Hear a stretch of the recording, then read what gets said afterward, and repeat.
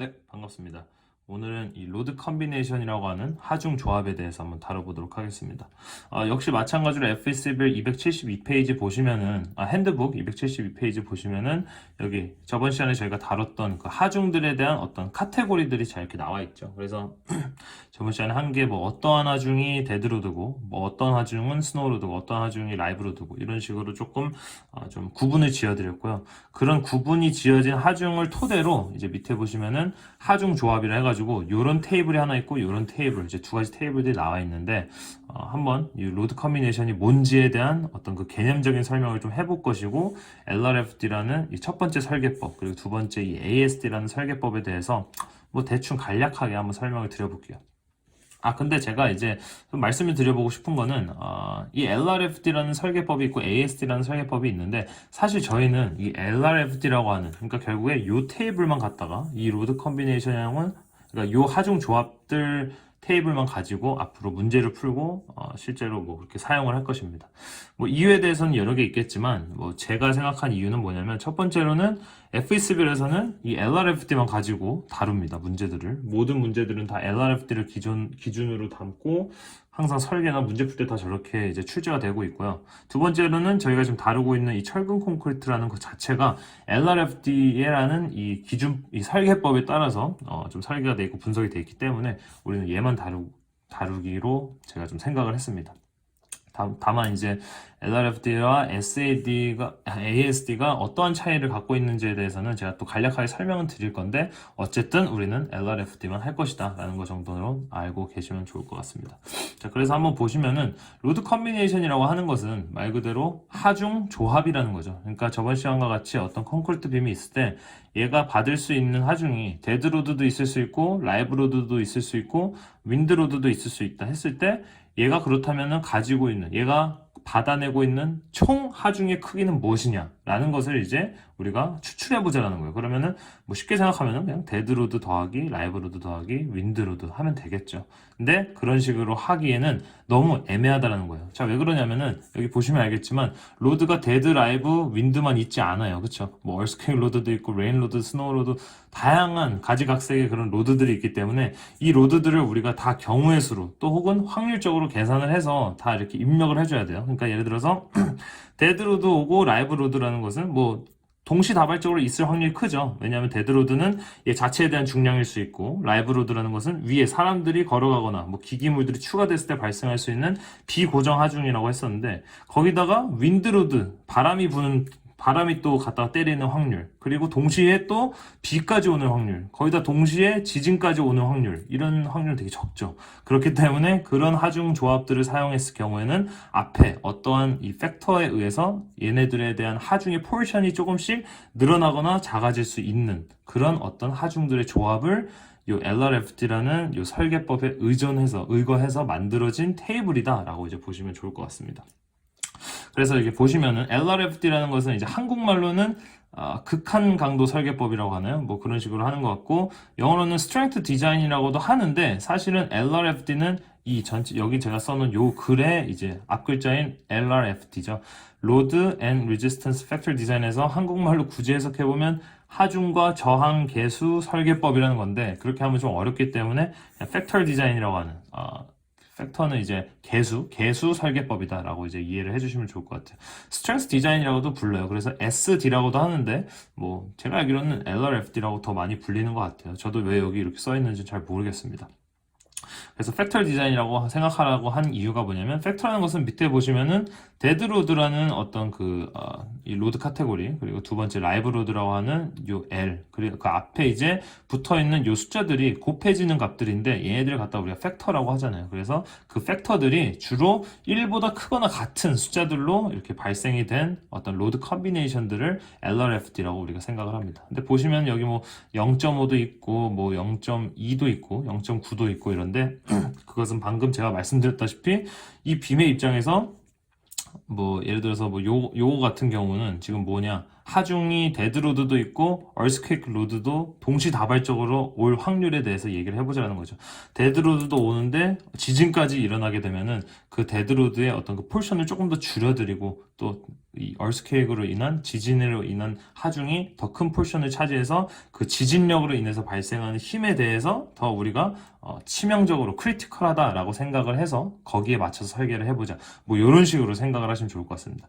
그래서 대부분의 앞에 붙어 있는 개수들이 1보다 크거나 같은 숫자로 이제 만들어진 것들을 우리가 LRFD라고 아주 쉽게 그냥 생각을 해보자는 거예요. 그런 식으로 이해를 하시면 좋겠고, ASD는 Allowable Stress Design인데 그냥 allowable design이라고 하면 생각하면 좋겠고, 한국말로는 허용 응력 설계법이죠. 말 그대로 이거 그냥 해석해도 허용 가능한 응력, 스트레스의 설계법이다 라고 이제 이해가 되는데, 얘들은 주로 아까는 1보다 크거나 같았는데 얘는 주로 그냥 1로 그냥 다 갑니다. 그래서 데드로드 앞에 1 붙어 있고 1, 1, 1, 1, 여기 0.75, 0.75 이런 거는 아까와 마찬가지로 동시다발적으로 이제 로딩들이 가해질 때 얘네가 동시다발적으로 때릴 수 있는 어떤 그 확률적인 거, 포션에 대해서 경우의 수를 계산을 해봐가지고, 뭐, 데드로드도 있고, 라이브로드도 있는데, 바람이 때리는 거, 막 동시다발적으로 올 것 같지 않은데 해가지고 좀 바람을 줄인다든지, 데드로드 좀 줄인다든지, 이런 식으로 해서 다 맞춰져 있는 어떤 그런, 로드 컨비네이션들이다 라고 생각을 하시면 좋을 것 같습니다. 어쨌든, 우리 ASD 버리고요. LR에 대해서만 할 건데, 이미 이 값들은 이제 제가 저번 시간에 이제 말씀을 드릴 때 로드 컨비네이션들, 그러니까 결국에 1차 안정성 확보를 위해서 우리가 공칭 강도에서 디자인 스트렝스를 제시하는 것처럼 2차 안정성 확보를 위해서 이런 하중들을 우리가 임의적으로 증폭을 시킬 수 있다고 제가 말씀을 드렸죠. 근데 임의적으로 하다기보다는 여기 보시면 ASC 716이라는 게 있는데 알 필요는 없습니다. American Society of Civil Engineering 해가지고 미국 토목 학회 같은 거죠. 이제 토목 뭐 그런 거죠. 그래서 거기에서 발생한 이게 코드북이라고 하는 건데 이제 한국말로 하면은 설계 기준 정도로 그냥 생각을 하시면 좋을 것 같습니다. 그래서 이 설계 기준 체계, 그러니까 이 토목 설계 기준 구조 기준에 한해서 만들어져 있는 이 로드 컨비네이션 테이블을 우리가 갖다가 이용을 하면 된다는 거예요. 그래서 뭐 임의적으로 우리가 증폭을 시킨다기보다는 이미 코드북에 이미 기준서에 지침이 다 내려져 있는 값들이기 때문에 우리는 그냥 해당하는 데드로드나 라이브로드나 윈드로드 이런 것들을 갖다 뽑아서 여기다가 대입을 시켜서 그냥 최종 하중을 갖다 뽑아내는 행위만 해주면 되는 아주 그런 좋은 시스템인 거죠. 그래서 뭐 LRF들이 실제로 이제 뭐 어떤 느낌은 알았지만 실제로 어떻게 우리가 사용할 수 있는가에 대한 뭐 그냥 간단한 이그젬플 문제 제가 하나 가져와 봤습니다. 문제를 풀어보면서 하면은 조금 더 이해가 쉬우니까요. 자, 예를 들어서 3층짜리 건물이라고 생각을 해볼게요. 3층짜리 건물에 여기가 1층, 2층, 3층이라고 한번 생각을 해보고 지금 요 빔 있죠. 요 빔을 갖다가 이미 요 빔을 철근 콘크리트 빔인데 얘를 어널리시스 해보라는 문제가 나왔다고 해볼게요. 어널리시스는 분석 혹은 해석을 요구하는 문제죠. 그랬을 때 이런 미션을 푼다는 것은 어널리시스 결국에 우리한테 원하는 게 뭐예요? 이게 이 빔이 OK인지 아니면 not OK인지를 우리 보고 판단을 해보라는 거죠. 그래서 OK면 된 거고 not OK면 어떤 보강을 해야 된다, 어떤 다른 방법을 이렇게 제시를 해줄 수 있는 것들을 우리 엔지니어로서 이제 할 수 있는 거겠죠. 자, 어널리시스라는 것은 말 그대로 단면이 주어져 있고 이 길이 스팬이 주어져 있는 상태에서 얘가 OK인지 not OK라는 거죠. 그러니까 첫 번째로 얘는 existing 건물이라고 하는 거죠. 그러니까 existing이라는 것은 뭐 존재하는 뭐 이 정도의 단어가 되겠네요. 그래서 existing 건물, existing building에 대해서 뭐 분석이나 해석 같은 거를 하는 문제에 대해서 이렇게 주어졌다라고 생각을 해봤을 때 1번 쓸 필요 없고 우리가 어떻게 접근을 해야 되냐? 옛날에 제가 재료역학에서 응력에 대한 응력 스트레스에 대한 그 개념 설명인가 문제풀이 설명을 할 때 좀 이야기를 드린 적이 있는데 어널리시스든 디자인을 그러니까 분석이든 설계든 결국에 똑같은데 첫 번째로 이 멤버가 가지고 있는 우리가 커패시티를 알아야 될 필요가 있겠고 그리고 두 번째로는 얘한테 가해지고 있는 모든 하중들, 로딩, 어플라이드 로딩들을 우리가 파악할 필요가 있다. 그래서 커패시티라는 그 저항력이라고 할까요? 그러니까 얘가 가지고 있는 수용 능력, 저항력, 커패시티를 먼저 우리가 커패시티와 얘한테 가해지고 있는 모든 하중들의 값들을 비교하면서 얘 값이 있고 얘 값이 있을 텐데 커패시티 값이 많이 더 크면은 OK가 되는 상황이 될 것이고 만약에 뭐 어플라이드 로딩이라는 얘한테 지금 이 빔에 실질적으로 가해지고 있는 하중들이 얘가 버텨낼 수 있는 커패시티보다 더 크게 되면은 not OK가 되는 거였죠. 상식적으로 이런 식으로 우리가 접근을 하면 좀 좋을 것 같아요. 그래서 커패시티라고 하면은 이제 저번 시간에 저희가 뭐 공칭 강도와 디자인 스트렝스에 대해서 배웠지만 아직 뭐 숫자를 저희가 대입해 보진 않았죠. 그래도 뭐 할 줄 안다고 일단 넘어가고요. 나중에 문제 풀 때 해볼 건데 어쨌든 우리는 이 개념에 대해서는 안다고 하니까 일단 넘어가 보고, 두 번째로 오늘 이제 다루게 될 이 어플라이드 로딩, 과연 이 지금 철근 콘크리트 3층에 있는 철근 콘크리트 빔이 어떠한 하중들을 갖다 캐리하고 있는가를 갖다 따져보는 시간을 한번 가져보도록 할게요.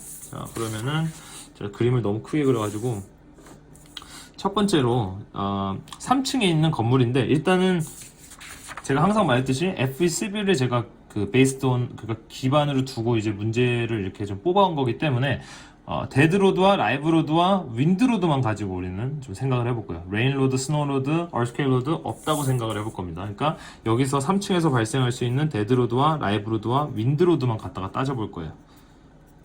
그랬을 때 얘가 지금 가질 수 있는, 먼저 얘를 생각해 볼까요? 먼저 데드로드 생각해 보면 지금 이 철근 콘크리트 3층에 있는 철근 콘크리트 빔이 가질 수 있는 데드로드 뭐가 있을까요? 자, 예를 들어서 여기 2층에 사람이 있어요.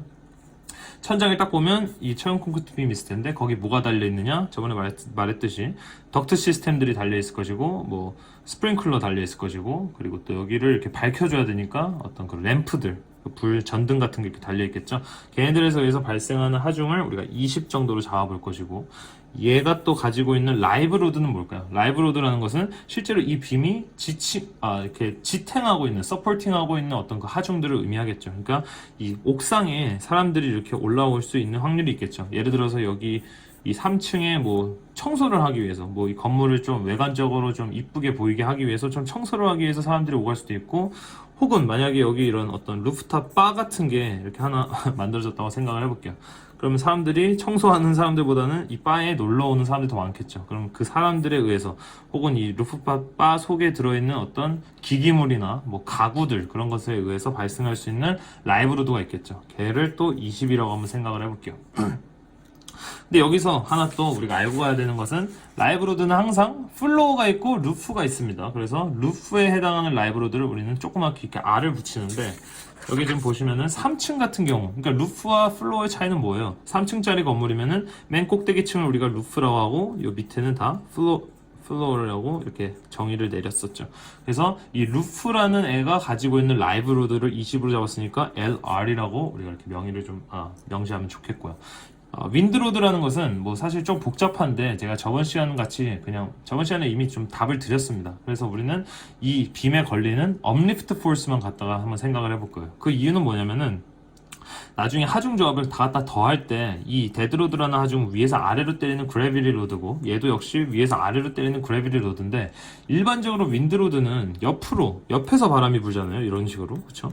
그렇기 때문에 얘와 얘의 방향이 완전 90도 방향이기 때문에 애드가 될 수가 없습니다. 그렇죠? 그렇기 때문에 얘와 얘가 애드가 될 수 있는 어떤 그 한 가지 방법을 찾자면, 얘가 어디 위치에 있느냐에 따라서 저번 시간에 물론 말씀드렸지만, 바람이 이렇게 불었을 때 이 루프의 입장에서 업리프트라는 포스가 이렇게 발생할 수 있거든요. 바람에 의해서. 만약에 저기서 바람을 이렇게 불면은 이렇게 이 건물을 타면서 이렇게 루프에서 이런 식으로 바람이 되다가 이 반대쪽에서 이렇게 나가는, 이런 식으로, 좀 그림 많이 지저분해졌는데, 그런 식으로 이렇게 업리프트 포스를 발생을 시킬 수 있는데, 걔를 마이너스 15라고 우리가 생각을 해볼 겁니다. 마이너스 15라는 것은 앞에 마이너스가 붙었다라는 것은 위쪽 방향으로 튀어나가려고 하는 업리프트 포스. 업리프트 제가 한국말로 뭐라고 하는지 모르겠어요. 대충 상승력이라고 하면 좋을 것 같습니다. 그러니까 그래비티 로드라는 일반적인 중력과의 반대 방향으로 작용을 하는 그런 이제 상승력을 윈드가 만들어낸다라고 했을 때 걔가 15만큼의 크기로 만들어낸다고 생각을 해볼게요. 그래가지고 이제 한번 해보자는 거죠. 저번 시간과 같이 데드 라이브 윈드를 갖다가 토탈 로드 맥스를 갖다가 우리가 뽑아내려고 했을 때 그냥 다 더하면 되잖아요. 그럼 20 더하기 20 40이고 40 빼기 15 하면은 뭐 25가 전체적인 토탈 값으로 나오면은 요걸로 갖다가 설계를 하면 좋은데, 그렇지 않다는 거죠. 왜? 아까 제가 맨 처음에 말했듯이 이 데드와 라이브와 윈드가 동시다발적으로 엄청 월스트 케이스 시나리오를 만들기 위해서는 경우의 수가 너무 많고, 확률적으로 생각을 해볼까요? 확률적으로 뭐 여기 사람들이 꼭대기 층에서 루프탑 바에서 막 술을 먹고 맨날 놀고 있는데, 밖에서 막 회오리가 막 허리케인이 칠 수 있는 확률은 상당히 적죠. 여기 밖에 이미 막 자연환경이 이미 허리케인이 치고 막 여기 쓰나미 뭐 이런 태풍이 오고 있으면은 상식적으로 사람이 없겠죠. 그렇기 때문에 그 어떤 루프에 의해서 발생하는 라이브 로드가 그만큼 좀 줄어들겠고, 거기 윈드로드에 의해서 발생하는 어떤 그 팩터들이 조금 더 늘어날 수 있게끔, 뭐 이런 식으로 한번 접근을 해보자는 거죠. 그래서 여기 이제 보시면은 맨 처음 거부터 한번 해볼게요. 자, 1.4D라고 하는, 그러니까 여기 있는 모든 이퀘이션들을 하나씩 다 써가면서 한번 어떤 식으로 적용이 되는지 보자라는 거예요. 1.4D라고 하는 것은 지금 물론 이 지금 건물이 데드로드도 있고 라이브로드도 있고 윈드로드도 받고 있지만, 이 데드로드만 얘가 받았다라고 생각을 했을 때, 이 데드로드가 이 전체적인 하중에서 가장 큰 어떤 크리티컬한 로딩을 만들어낸다라고 생각을 했을 때, 그냥 앞에다가 1을, 그러니까 1을 곱하는 것이 아니고 전체 하중에 40%를 더 애드 시켜가지고 140%의 효과를 나타내는 그런 데드로드의 총합을 갖다가 뽑아내보자 라는 것이 바로 1.4D의 의미입니다. 그래서 1.4에다가 아까 데드로드가 우리가 20이라고 했으니까 20을 더하게 되면은 총 28 정도의 데드로드를 만들어낼 수 있는데, 상식적으로 뭐 이것도 뭐 굳이 말씀을 드리면 데드로드만 존재한다는 건 말이 안 되죠. 그렇죠? 데드로드도 존재하고 라이브로드도 존재하고 윈드로드도 존재할 텐데, 뭐 이거는 좀 딴 얘기긴 한데, 이 데드로드나, 그러니까 여기 데드로드만 있고 여기 밑에도 데드로드랑 데드라이브만 있잖아요. 얘네들은 주로 이제 우리가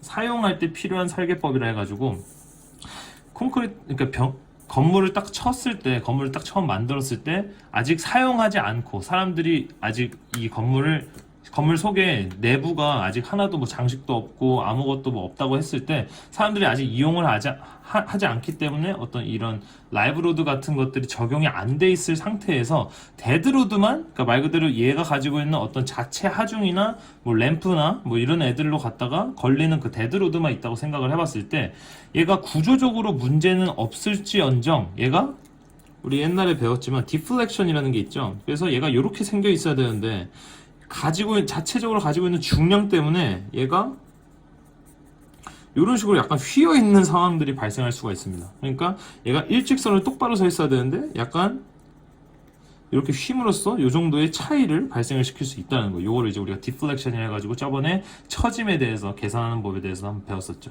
그래서 이 처짐량이 너무 크면은 사람들이 이 건물을 멀리서 봤을 때 이렇게 딱 이렇게 굳건하게 생겨야 되는데, 멀리서 봤을 때 이미 뭔가 건물이 뭐 이렇게 생겨 있으면은 사람들이 상식적으로 이 건물을 이렇게 딱 봤을 때 저 건물은 좀 위험해 보이겠구나 하는 어떤 그 불쾌감을 형성시킬 수 있겠죠. 그래서 처짐에 대해서 그 자체적인 중량이나 자체가 가지고 있는 그 데드로드라는 고정적인 하중에 의해서 발생할 수 있는 그 하중의 컨비네이션으로 인해서 어떤 그 체크를 우리가 꼭 할 필요가 있다. 이런 처짐량 같은 거를 체크하기 위해서 필요한 그런 어떤 로드 컨비네이션의 일부분이다 라는 정도로 좀 이해를 좀 해주셨으면 좋겠습니다. 갑자기 좀 샜는데.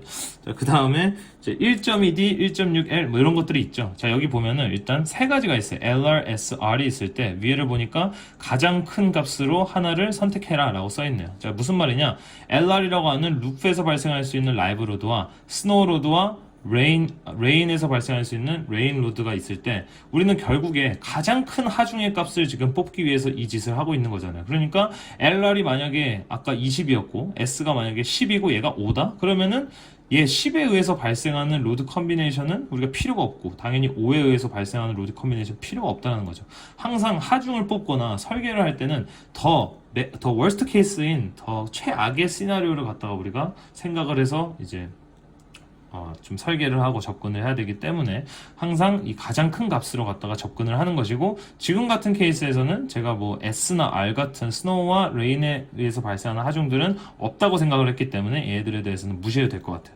1.2D 더하기 1.6L 더하기 0.5LR 정도가 될 것인데, 이 L 역시 우리는 지금 3층에 있는 요 빈만 갖다가 해석을 하고 있는 거죠. 그러니까 어떻게 됩니까? 이 L이라고 하는 것은 여기 보시면은 플로어에 의해서 발생하는 라이브 로드잖아요. 우리는 플로어에 의해서 발생하는 라이브 로드 없죠. 3층에 있는 그 옥상에 있는 루프에 있는 그 레인포스 콘크리트 빔을 갖다 하고 있으니까. 그러면은 1.2D가 20이었고 0.5의 LR 역시 아까 20이었죠. 그래서 계산을 해보면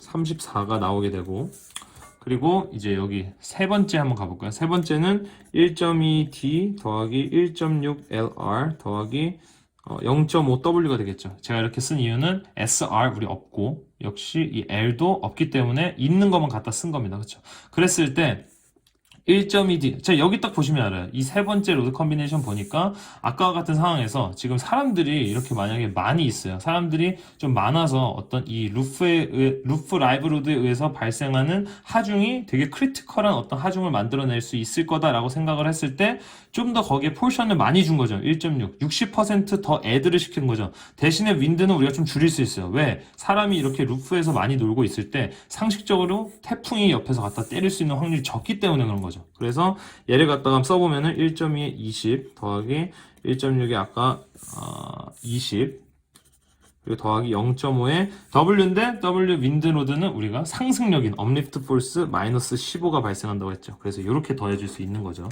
1.2 20 더하기 1.6 20 더하기 0.5에 마이너스 15니까 48.5가 나온다. 자, 그리고 뭐 또 이제 네 번째죠. 네 번째 요거 하면 1.2t 더하기 1.0w 더하기 l 없고 0.5 lr 정도가 되겠네요. 역시 마찬가지로 써보면 1.2t는 20 더하기 1.0에 역시 w는 상승력, 상승 포스가 마이너스 15고 플러스 0.5 20이었죠. 20 이렇게 보면은